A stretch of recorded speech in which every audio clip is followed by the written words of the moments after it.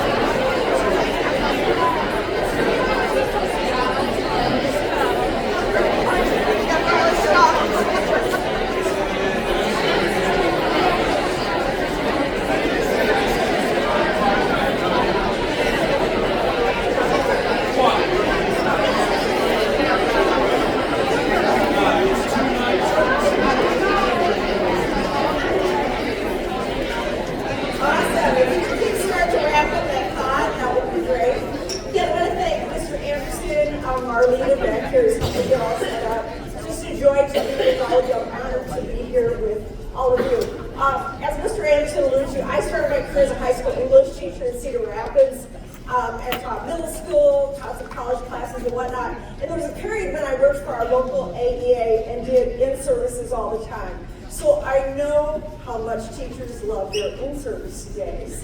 So I thought you might appreciate this. This was a quote overheard a teacher saying at Teacher in Service. The teacher said this: "I hope someday I die.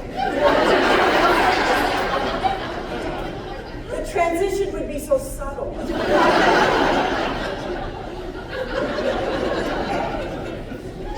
So we'll try to make this as painless as possible. We're talking about bringing your mojo to your work at SCC and bringing the best every day to the students, similar to what Mr. Anderson has said about bringing that A game. When you come in the building in the morning, to recognize that you have a lot of influence over a lot of people's lives. Your mood spreads among people. Students may come from a home where they're not getting the best nurturing at home. You may be the only role model that they really have. That's a fantastic role model to impact them in a positive way. And so that's what I want you to think about this morning heading in. When Mr. Anderson and I talked on the phone, we talked about the concept of servant leadership. And if you're not familiar, the concept has been around since the 1960s, but the gist is that when you lead, whether you're the bus driver, the janitor, the cook, the teacher, the paraeducator, whatever, when you lead people, you're a servant of them. You're a servant. The best leaders are, by the way. They're not in it for power and authority. They're there to say, I'm here to serve you. Your principals are there to serve the faculty and to serve the students. The idea that you truly, this year, selflessly serve this entire region of the state. Not just students, but also their parents. Also businesses, organizations, agriculture, and all of that, because you're influencing the lives of future leaders in this region. So you are a servant leader. And I want to say again, a real heartfelt thanks to each of you for how you will impact students this year. I want to give a shout out here to my high school English teacher, Mr. Doug Foss. May he rest in peace. I hope he's having a wonderful retirement in heaven. But what happened is he had a tremendous influence on me. I had been a very shy child, very. And when I got into high school, I started opening up a little bit, but really, was pretty shy. And I went to try out for our junior high school play, junior class play. And, we have a small school, 27 kids. And I went in for the audition with Mr. Foss, who was directing the play. And I said to Mr. Foss, I just want a really small part of the play. I want to be a part of it because it's our class, but I don't want, any lines or anything. And he said, well, you read for this part. And I read for the part. And he said, I'd like to give you this part. It's one of the leads in the play. It's Essie, and you can't take it with you. He said, but you got to promise me you're going to ham it up or I'm not going to give you the part. And I said, Mr. Foss, it's not my thing. It's just not my thing. You know me. And he said, I see something in you, Brenda. I could see you being in front of people. And I could see you having fun with that and really enjoying it. I said, that is not my thing. And so I went home that night and I talked to my parents and I came back the next morning and said, Mr. Foss, if you think I can do it, I'll try. And he said, I know you can do it. So anyway, I did the junior class play, had a great time, got enough courage to travel for contest individual speech the next year, went to All-State, and as you can see, this is what I do today full time. One teacher having such an impact through seeing something in myself that I had not been able to see. So I thought I'd start with several quotes related to the power of educators. And I mean whatever role you have within a building, the power of educators. Sometimes it only takes one act of kindness and caring to change a person's life. Teachers teach because they care. Teaching young people is what they do best. It requires long hours, patience, and care. One good teacher in a lifetime may sometimes change a delinquent into a solid citizen. Paraprofessionals, the heartfelt hero, using their talents to help students discover their own, dedicating their time and energy each day to the students in their care, and doing it all while meeting the individual needs of many. The school janitor, the quiet hero of the school. They are first to arrive each day, clean up messes no one dares to touch, and befriend everyone who passes by. School lunch ladies. If you think my hands are full, you should see my heart.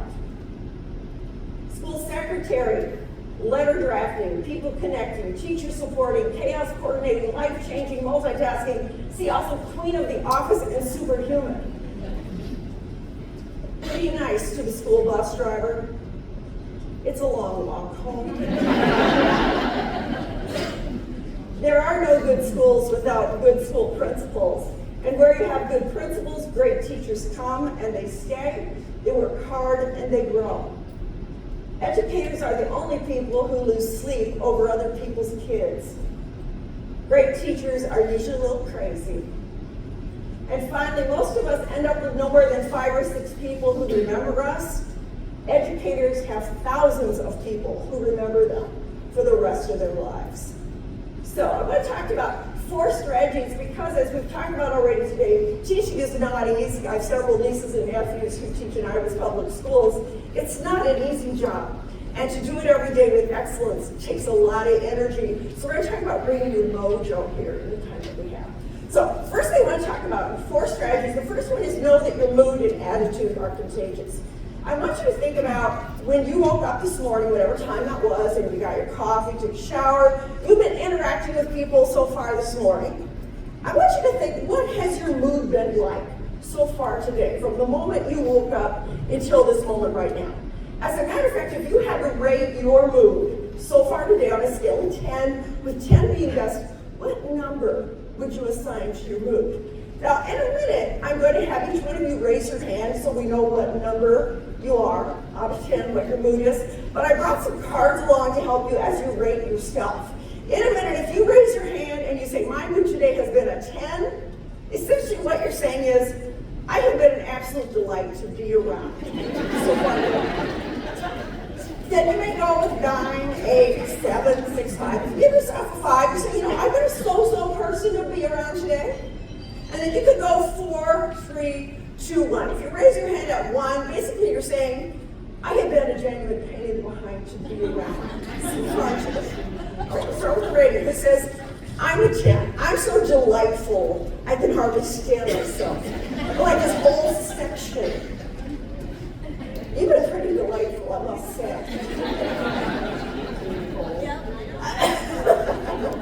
So we have quite a few delightful people. Do we have any 9s? 9's very high for a Tuesday morning. That's very high. Do we have any 8s?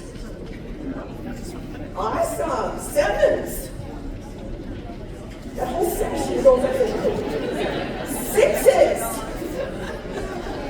5s. We're going down in the basement now. Do we have any 4s? 3s? 2s?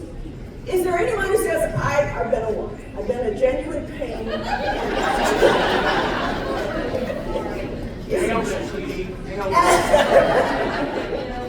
But believe it or not, I want to share with you a couple studies on mood. While you're hard at work, there are people in colleges and universities that study people's mood, and I want to share with you 2 studies that have been conducted. The first one, I call the 3 in a circle study. That's not the formal name of the study. But what the researchers for the study do, they take 3 people who are strangers, who don't know each other.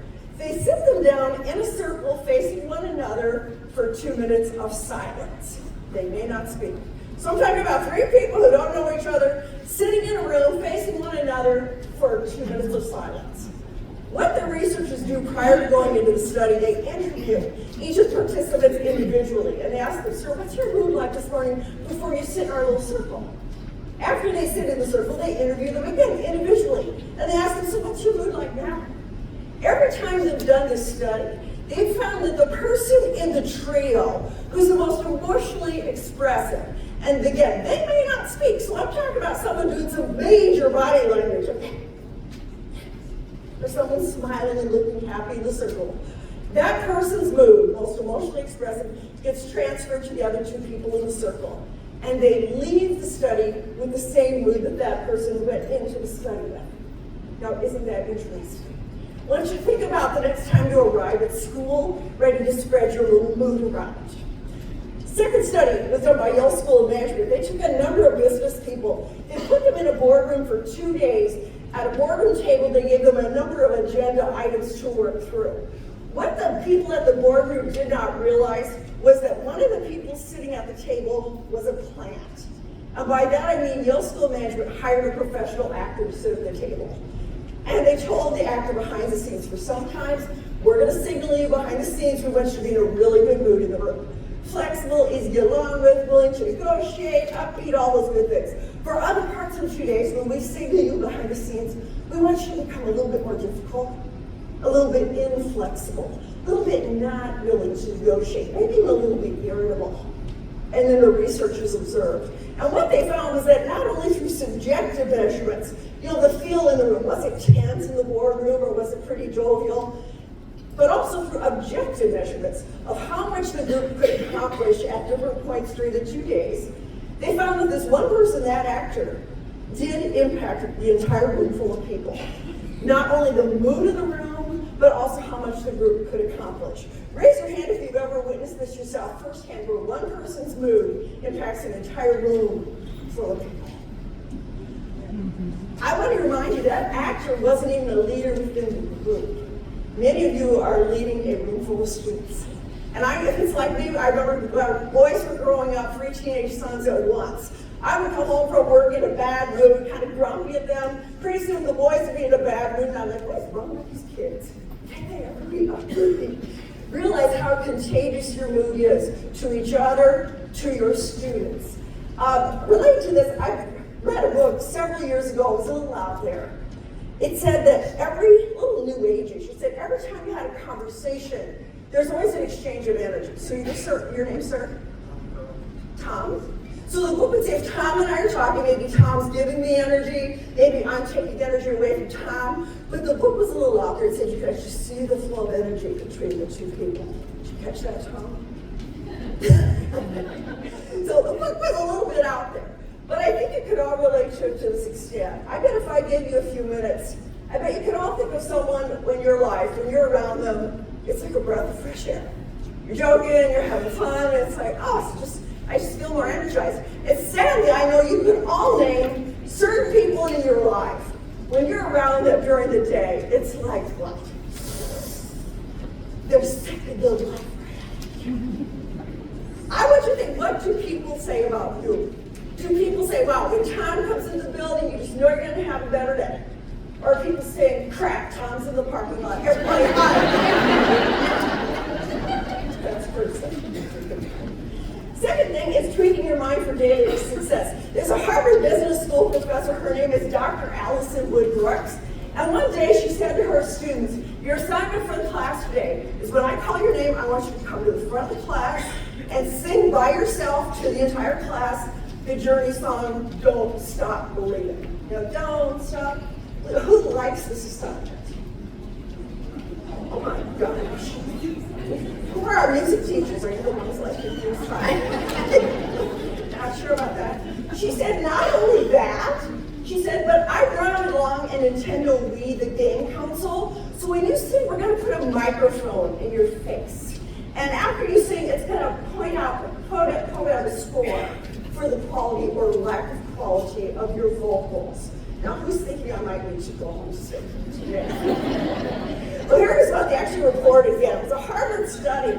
Standing in front of a group of peers, students belted out the Journey song, Don't Stop Believing, into a microphone. A voice recognition program on the Nintendo Wii automatically scored their performance on an accuracy scale from 1 to 100%, assessing volume, pitch, and note duration. They would earn a bonus for high scores. Now I want you to imagine if I hypothetically assigned each one of you randomly to one student in her class and said you get 5 minutes alone with that student to coach them, to have one of the best performances, sing and don't stop believing. And you get 5 minutes alone, and if your student gets one of the best scores in the class, the student gets a $1,000 bonus. And you get a $1,000 bonus for your extraordinary coaching. Please turn to someone next to you and answer this question. What advice would you give to your student before they go out to sing? You have about 60 seconds. Please share. What advice would you give to your student before they go to sing?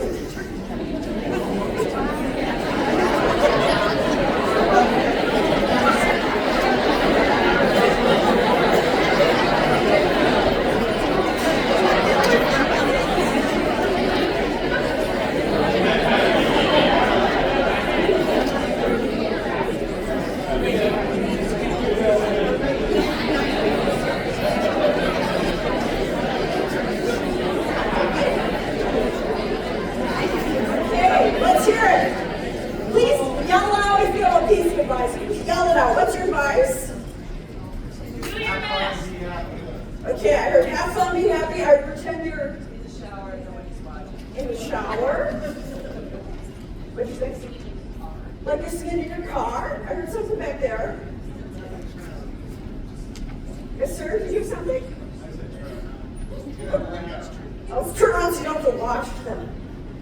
I said they could lip sync and I'll sing for them. You'll sing for them. Nice. Anybody else? What advice? Yes, ma'am. Sing to somebody you love and care about. Oh, that's sweet. Sing to someone you love. Who's advised to roll the flask of alcohol? There's one in every. Well, what she actually did, Dr. Allison Wood Brooks, she divided the students randomly and she did the coaching of each group. The first group was the control group in her research study. They received no coaching, no instructions. When it was their time to sing, they went up to the lead, they sang to class. Second group, she coached them, random students, and she said, for your assignment here, before you go up to sing in the 5 minutes, I want you to repeat over and over in your mind this phrase, I am anxious. I am anxious. I am anxious. You don't like that? They were appropriately called the I am anxious group in the write-up. The third group, she said, in the 5 minutes before you go up to sing, I want you to repeat over and over in your mind this phrase, I am excited. I am excited. I am excited. And of course, what she was studying was, the actual research study, was would what they said in their head before they faced this challenge, would it impact their score on the Wii? Let's find out. The control group on the Wii had an average of 69%. What about the group that told themselves, I am anxious? You think it was higher or lower than that? You are correct, 53% accuracy. What about the group that told themselves, I am excited? They're much higher. 80% accuracy. Now, like I said, I started my career as a high school English teacher in Cedar Rapids. How old am I? If you know sports, I taught NFL Super Bowl winner from years ago, Kurt Warner. He was a student of mine. That's how old I am. The Hall of Famers are students. But anyway, in my high school classroom, the difference between I am excited and I am anxious, that's 27 percentage points. That's the difference between the grade of A and a grade of D in my class. All in what they told themselves before they faced a challenge. And this is one of many studies that shows that. I want you to think, before you faced, of course, the first day of school, the kindergarten teachers, God bless you, I can't even imagine trying to get the kids to go to the bathroom in any kind of order at the start of the school year. What do you say when you have to have a difficult conversation with a student or with a parent that you suspect might be a little angry about a grade? What do you say to them? Are you going to this left-hand side, which is kind of the worst case scenario? This is where your mind goes during stress. This is going to be a disaster. I'll never get all these papers graded. I'll never be able to reach all these students at their different places of learning. I'll never learn this new computer system. My life is over, I'm totally screwed. Or are you someone who tends to think on this right-hand side, or train yourself to think on this right-hand side, some more upbeat things? Or if you're a principal, then we can get through this. Say to students, we can do hard things. We can get through this. This is not my first rodeo. Sir, here, you seem to look like you would be a big Dr. Phil fan, is that correct?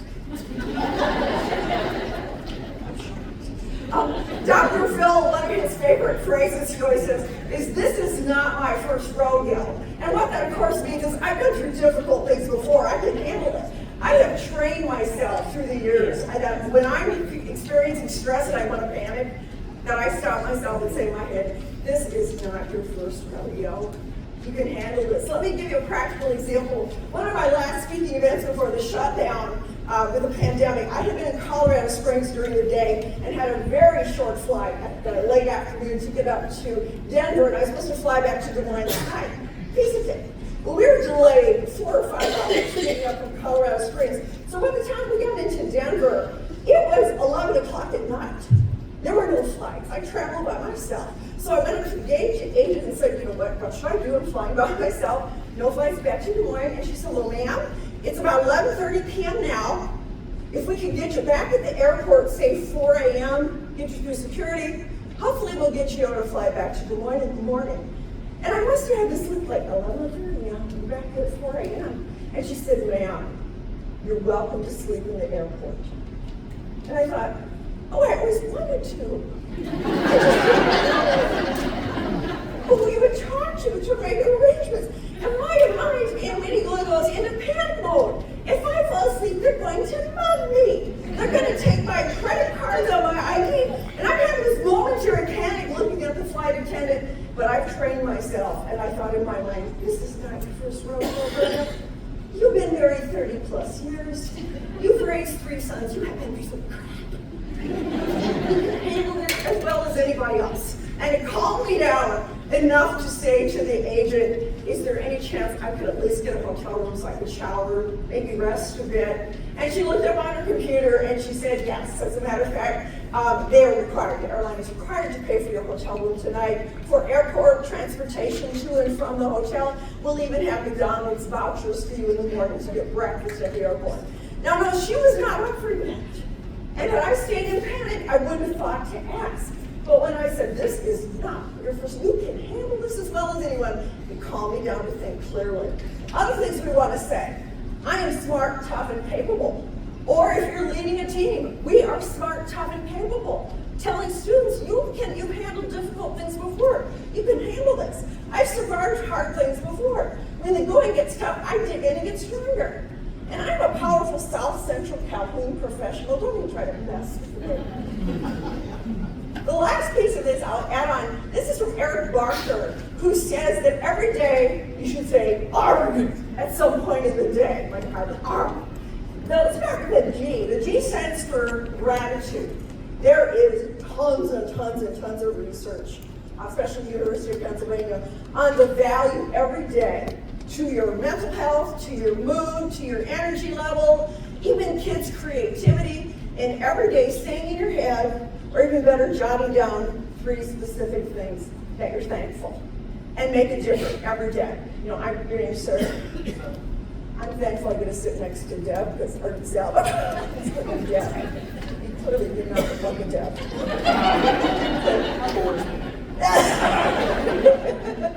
Thankful I get to sit next to Zeb. He's a great guy. Thankful that there's air conditioning in this room, because this really would suck if this was 50 years ago. I'm excited to have a job where I change people's lives. A lot of people don't get that opportunity. I'm grateful I have the health to work.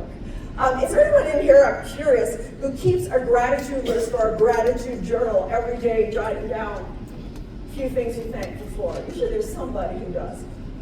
Would you be willing to say why if I bring a microphone? I don't put you on the spot. It gives me good positive energy. It gives me good positive energy. Yeah, and I see other people nodding like, I do it too. I'm not going to let you stick a microphone in my face. There is something about it that it trains you to notice more good things And so your lens is looking for good things throughout the day, and you train your brain to do that.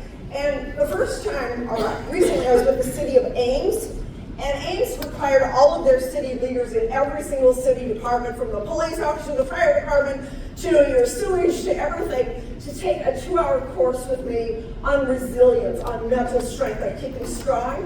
And when I brought up the gratitude journal and said, does anybody keep an ongoing list? The sexist part of me thought, it's going to be a woman who keeps the gratitude journal. It was actually one of the heads of the Ames Police Department, his name is Ryan, raised his hand in front of all his colleagues and said, I keep a gratitude list. He said, it's hard being in law enforcement, and you can get real jaded real fast. I want to quit, I want to give up, I want to treat everybody like dirt because you've been treated like dirt. And he said, every night, it's the last thing I do to keep myself positive and sane is to jot down, I'm thankful for my wife, thankful for my daughters, thankful for my health, so she brings me back. The other two are every day, the A and the R. Besides the gratitude every day think of something you're looking forward to. Even if that's today, after I get through the in-service, I'm going to get my favorite iced coffee, something at the end of the day.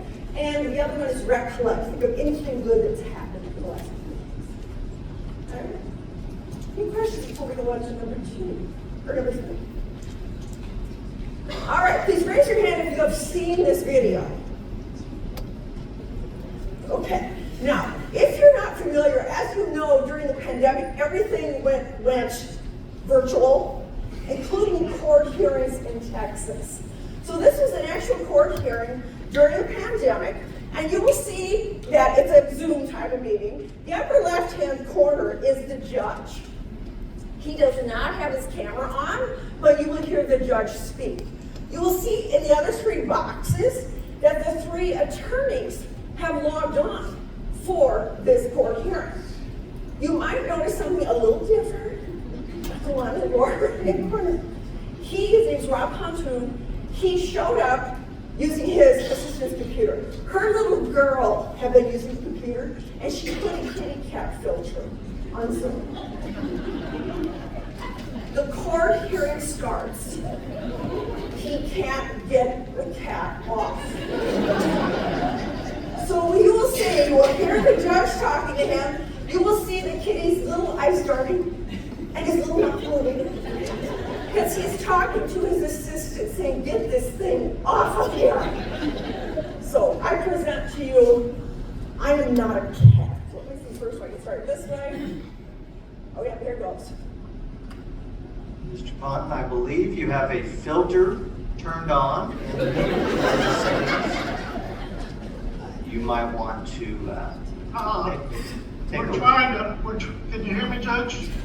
I can hear you. I think it's a filter. It is, and I don't know how to remove it. I've got my assistant here, she's trying to. I'm prepared to go forward with it. I'm here live, I'm not a cat. I can see that. I think if you click the up arrow next to this. Yes, and lucky him that went viral. And they interviewed him, I saw him on like the Today Show, and he said, when it happened, he said, I could have died. He said, this is my profession, I'm a professional. And then when it went viral, I was about over it. But he said, finally he thought, you know what, because people needed to laugh during the pandemic. But with this, I want you to think, we're talking about identity. When people talk about you behind your back, which they do, people say, do you know Mr. Anderson? Do you know Joe? Do you know Bob? Do you know Mary? Do you know Sarah? One or 2 words or phrases you hope people use to describe you. Not what you think they say about you, but what ideally would you hope people would say about you? That you're hardworking, that you're a kind person, that you're compassionate, you're creative, you're a great teacher, great educator. Please turn to someone and tell them, what are 2 words you would like people to use to describe you? Have at it, 2 words you would like people to use to describe you.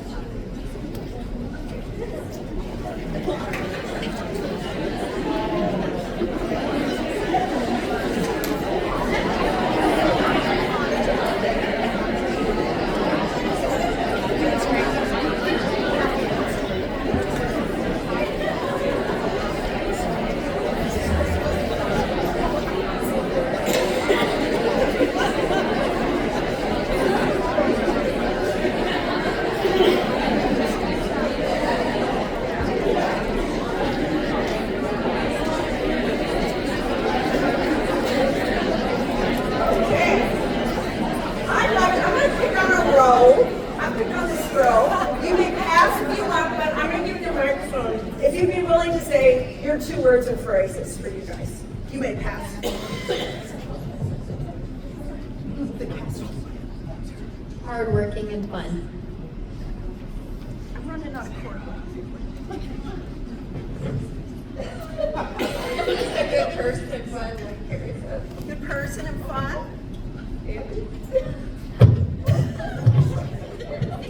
Who else would like to start? You seem like someone who would love to share. I would hope they say that I'm kind and hardworking. I teach anatomy and physiology, and I'm also the activities director. Sir, what would you like to say about it?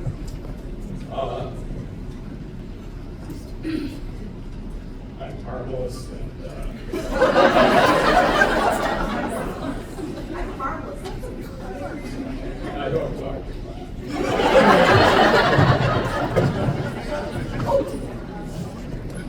You're quick here, sorry. This is great. Well, the reason that I had to do that, just hold on one second, I'm going to put myself on the camera.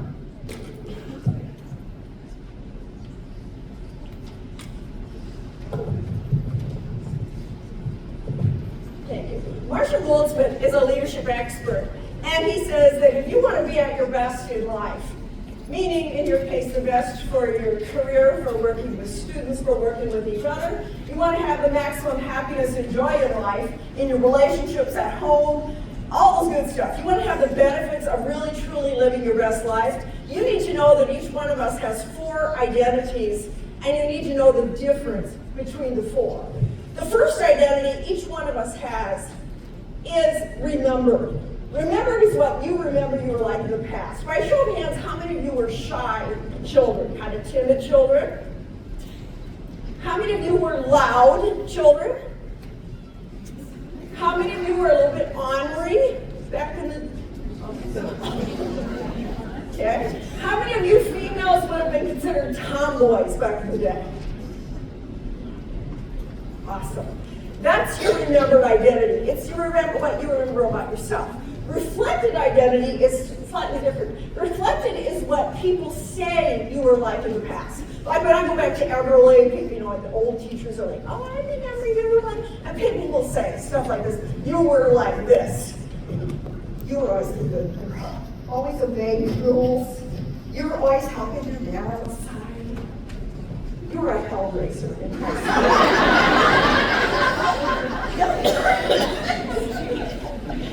Sir, it's a wonder you hold up. I thought you might end up in the penitentiary, but I'm glad you did. So, reflective is what people say, you are like this. The third identity is slightly different. Program is people's prediction for who you're going to be in the future. And I think it's really important to know the difference. I had worked with a group of Job Corps students, and you may be familiar with that program. I was at Indian Hills in Ottumwa, and their youth, I think it's like 17 to 24, but I was working with high school age students, and we were talking about the difference between these 4 identities. They had made the choice to live on campus at Indian Hills Community College. It could be, low income in the home, could be neglectful parenting at home, bad role models. There's a variety of reasons why they choose to get into this program to improve their lives. And I was working with them on, when I got to program identity, I said, that's people's prediction of who you're going to be in the future. And one of the young men raised his hand. He was probably 17. He was from Des Moines. And he said, oh, I get programmed identity. He said, my mom's a meth addict and my dad's in prison. He said, I swear growing up, my mom said to me 100 times, son, you're going to grow up to be a no-good, deadbeat, druggy loser just like your father.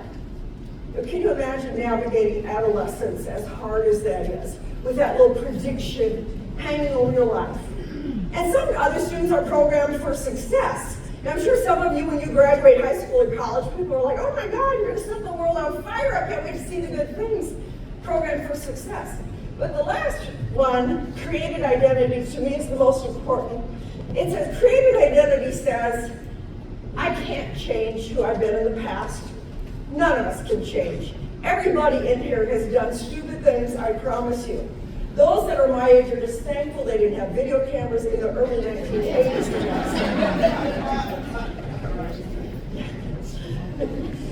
all done stupid things. I can't change my past. You can't change your past. I can't change what you all think about me or say about me. None of you can change what other people say about you. None of you can change people's prediction for your future. The only thing we have control over is to say, I will create my own identity. From August 20th, 2024, this is who I choose to make myself to be.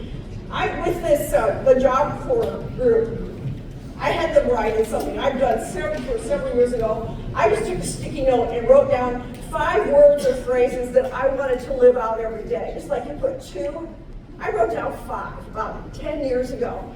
And when I was working at home, I'd pull it out of my desk drawer and go, okay, today I want to be, I put it back in the drawer. And then I started taking it with me when I travel. So this morning, I've been doing this for 10 years every single day. While I'm driving, I do my prayers for the day, and then I say, today I want to be, and I repeat my list. When I'm in a hotel, my routine is when I grab my bags before I go out to speak, I just grab the door handle, and I repeat my list once again.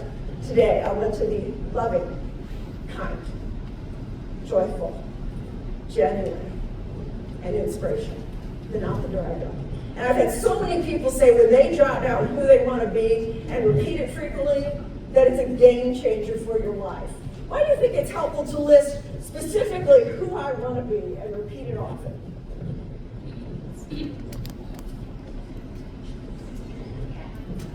It's easy. I always said that. Brilliant answer. It's easy to forget. And rather than for me going with, whatever version of Brenda pops out today, which could be good, bad, or ugly, I consciously say, this is who I want to be. And so if I start getting, snarky and complaining and gossipy, I will just look at this list and go, I don't remember snarky gossip being on your list. Straighten up.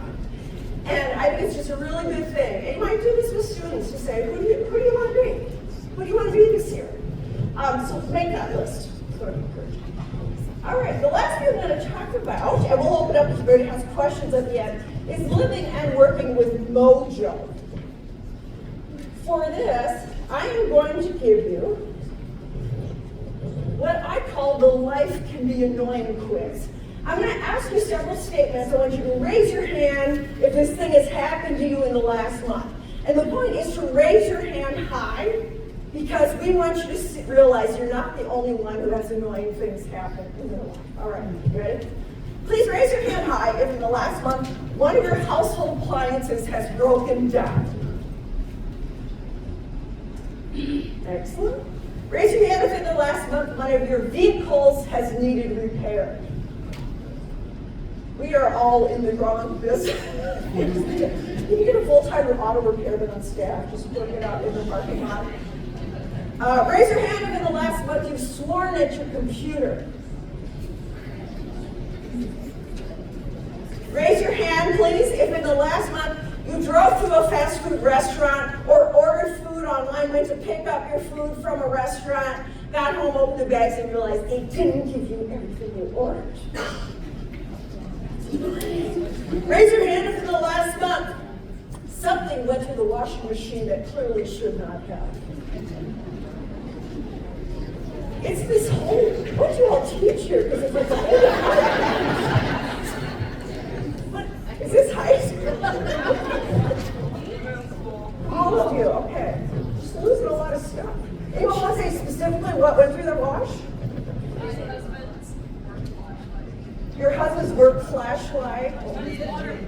Oh, it is waterproof, so wash it in. Oh, something back here, they're pointing. What went through the wash? My AirPods. Oh. They're not waterproof. They're not waterproof.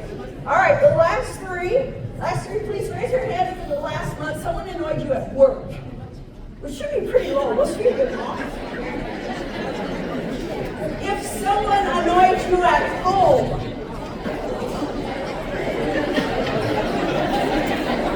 if someone in your row is annoying you right now,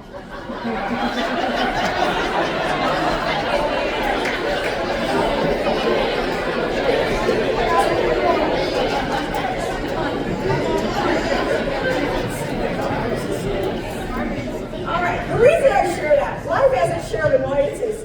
My husband works with Cortel, the seed corn company, and several years ago, his company took all of us for our holiday gathering. We went to see country music singer Daryl Worley in concert at the Wild Rose Casino in northern Iowa. And I had never known much about Daryl Worley, but he sang a song that night when I got home. I thought, I'm gonna look up the lyrics to that. And the song is called Sounds Like Life to Me.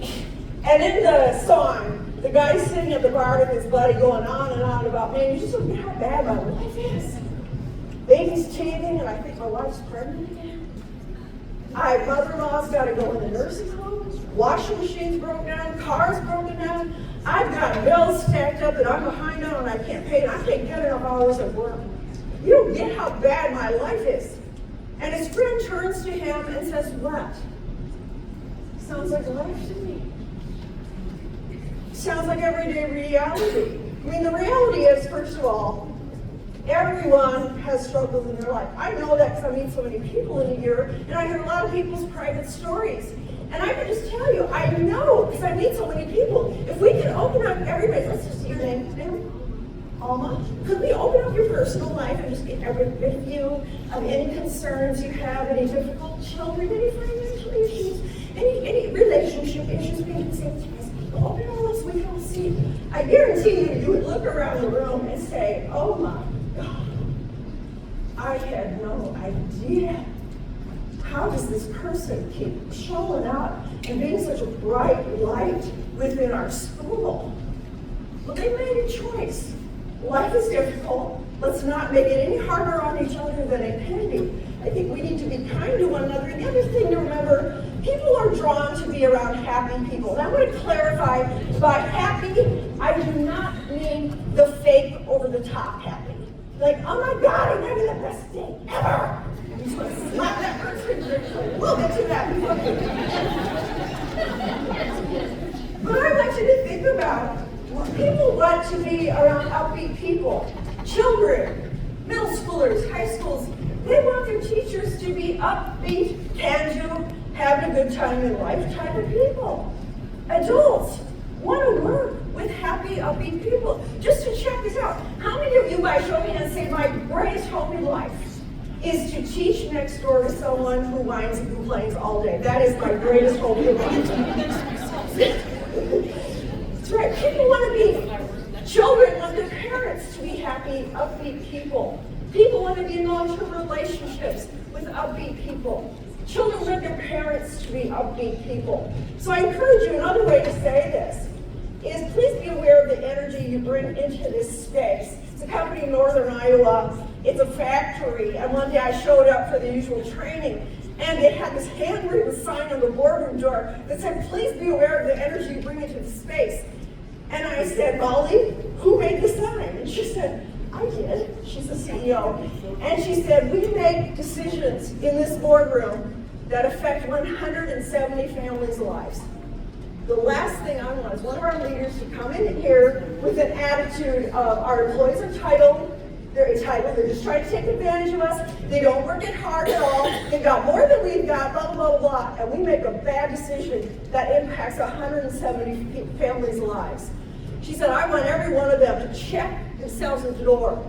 I would encourage each one of you to check yourself going into school. Just pause in your car and say, what kind of energy am I bringing in here? And equally important, if not more so, when you go home, if there's someone besides a dog or a cat at home, to say, what am I bringing in here? Another way to say it is, am I bringing mojo or nojo most days? Mojo is this left-hand side. This is when you show up for work and life. You're like, I'm here, ready to go. I might be a little tired because I was up with sick child tonight. But I'm going to put in an honest day's work for an honest day's pay. I'm going to be the best I can be for our students. I'll never get it perfect, but I'm going to look in the mirror at the end of the day and say, you know what, I did pretty darn well today to improve people's lives, to make people's lives better. I'm grateful to do work that makes a difference. I care about this work. That's mojo.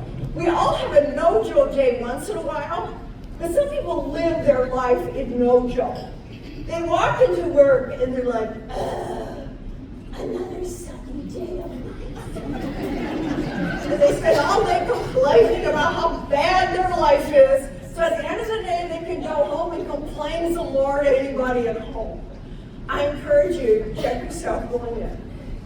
bringing to this building? And when you go home, what am I bringing to the people I love the most in the world? You're there. Okay? Last couple things. Recognize when you're grumpy. By show of hands, how many of you know when you're getting grumpy? You feel it coming up. And some people are like, ooh, I feel the grumpy's coming on. I'm in a bad mood. You all are in a bad mood. See, because I'm in a bad mood, you're going to be in a bad mood real soon. I don't care how happy you start the day. I'm going to ruin your day real soon, buddy.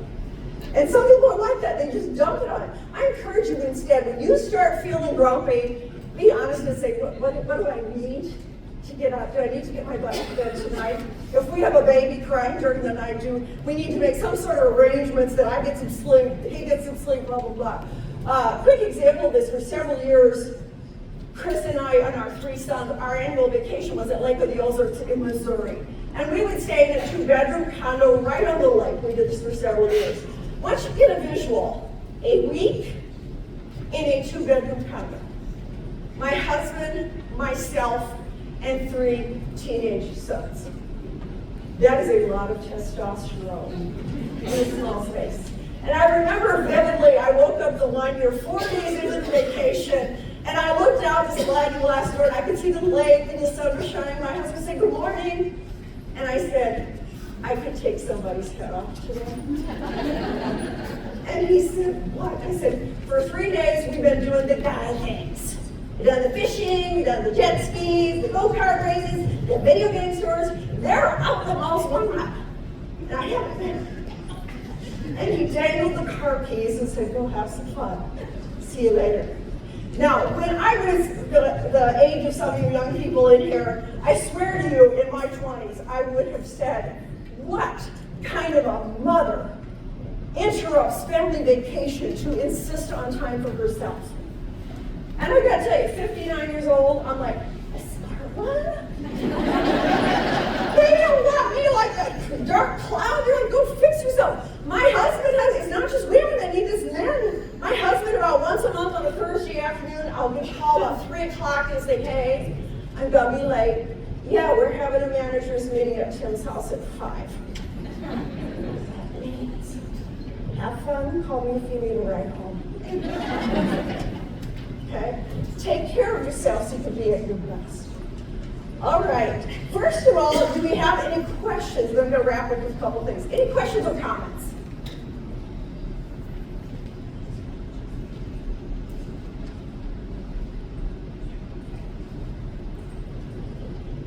All right. I'm going to wrap up with a couple of things.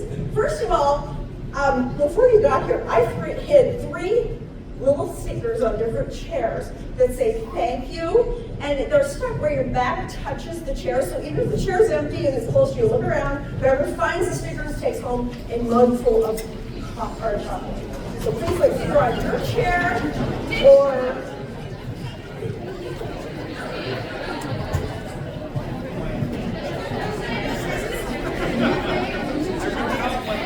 if you found it, there should be 3.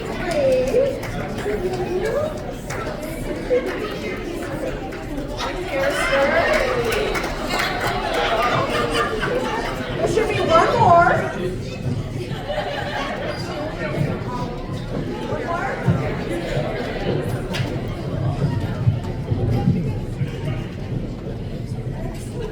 You guys are taking home the collectible Brenda Hamilton toys not available in stores.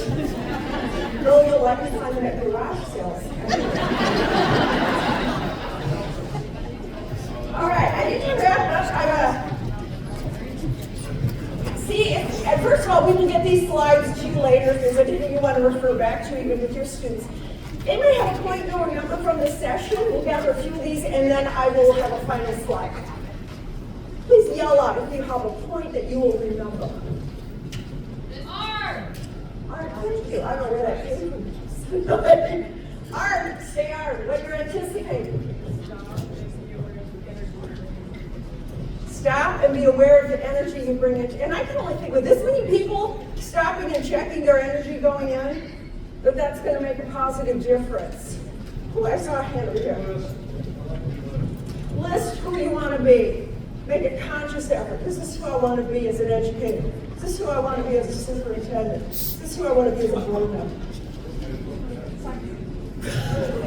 Gentleman said he wished I would have told him that 40 years ago.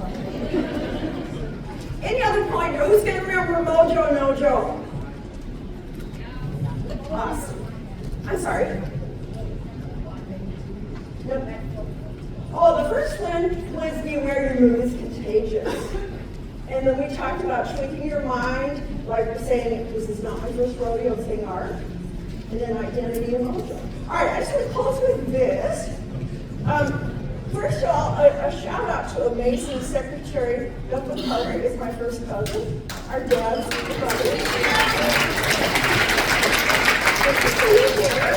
I just want to do a little closing challenge for each one of you with a true story that happened.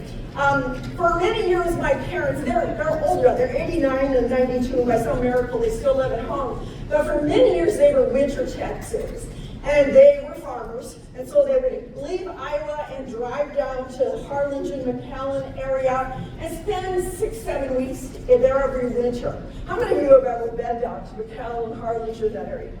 Beautiful in the winter, indeed. Well, anyway, every 3 years, my sisters and I would leave our husbands and children at home and fly down and see mom and dad for about 6-7 days. We did this for years. Well, it was February 2009. My sisters and I are standing in the line to get through security in the Harlingen, Texas airport. The line was really long, probably 75 or 80 people ahead of us. The line was barely moving. Thank God. We had arrived in plenty of time, so we were just waiting to get through security to fly back up to Minneapolis after visiting my parents.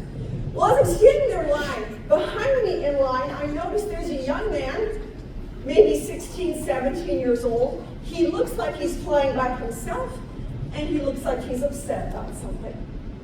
I should have asked him what was wrong. I left teenagers at home. I did not. I minded my own business. So this upset-looking 16-year-old boy is standing behind me. A few minutes went by, and there was a woman about my age who had been standing behind this upset young man. And she approached my sisters and I from the side, and she said, "Excuse me, ladies. I don't know this young man. I just met him, but he's flown down here for his grandfather's funeral. He's going to miss his flight unless he can get through security more quickly, and he's upset about this. Would you gals let him cut in line?" And we said, "Yes, of course." She took him out to the next group of people. She said, "Excuse me, folks. I don't know this young man. I just met him." And she repeated the story. He's flying by himself. He said, his grandpa's funeral is going to miss his flight home. Would you folks let him cut in line? And they said, "Yes, of course." So I'm watching this play out. And I'm thinking, I wonder how far this lady's going to get with this 16-year-old young man in line. How far did they get? All the way to front. And we all watched this young man made his way through security. He ran to his gate with his backpack on his back. I will never know if he made it. I hope he did. And the woman returned to her place behind me in line. And she just quietly waited with the rest of us. I've often thought of this woman, a stranger to me in the Harlingen, Texas airport, and thought what an everyday hero she was. Simply noticing someone in need and saying, "You know what? There is something that I can do to make this kid's day go a whole lot more smoothly." And I think it graced each one of us in line, because as we all watched it, we felt like, yeah, we've been hard doing the right thing today, and that felt good. And as a mom of 3 sons, I can only imagine when he went home and said to his mom, "There was a woman in Harlingen who helped me get through the line." I would just dissolve, knowing they did that for my son. Well, anyway, so I thought what everyday hero was, and thought, what do each of us have at the start of the day? What do each, even today, for the rest of the day, what do I have? There's a lot of new people in this room who don't know a dang thing, don't know anybody. Ask them, do you want to have lunch with us? Someone's going through a divorce, going through a hard time. Can I be a listening ear? Complimenting someone, saying, "Welcome to our team, we're so happy." What do you have that might make someone's day go a little bit more smoothly? Because I guarantee you, when you have this many people trying every day to say, "What can I do?" It makes the whole culture better. And there's something at the end of the day when you look in the mirror and say, "You know what, I wasn't perfect again today, but I do think I impacted somebody's positively, so I encourage you to do that. I have to add a quick PS before I wrap up. For years I've told that story, and I've always jokingly said, someday I hope by God or fate, there is a woman who stands up in an audience and screams, I'm the Harlingen lady. I was the lady who got. All right, 1 year ago, speaking to 500 educators, just like this, but 500 in New Ulm, Minnesota, I tell the story. There are a few people lined up to talk to me afterwards, and a woman about my age approaches me, and she says, I think I'm the Harlingen lady. I said, huh? She said, my parents were Winter, Texas, and my dad was sick that winter, and he was down there, and there was this kid in line, and I took him through and helped him through. She said, I think I'm your Harlingen lady. So we kept in touch, middle school teacher in Ulm, Minnesota. We kept in touch, looked back in our old calendars, and sure enough, she was my Harlingen lady. She had been on the exact same flight my sisters and I had been on that day, and she had helped that young man. And I just said, woman, you have no idea. I know. She said, it just felt like the right thing to do. So God bless you, middle school teachers. You have that heart to know. So anyway, that's all I have for you today. I hope you have a wonderful year. Your work is so important. Never doubt it. When some parent gets in your face, some kid gets in your face, never doubt that the work you are doing is important. It's a life-changing work. You may have one of your students, somebody that stands up and tells the Mr. Foss story, but it's going to be because something you said or you did. So thank you so much. It's been my pleasure to be here.